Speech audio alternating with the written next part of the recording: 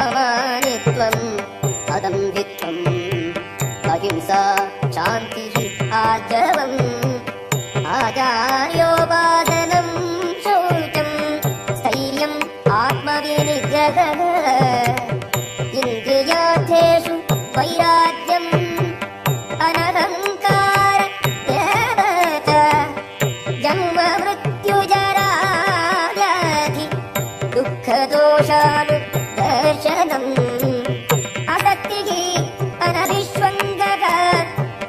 पुत्रदार गृहादिषु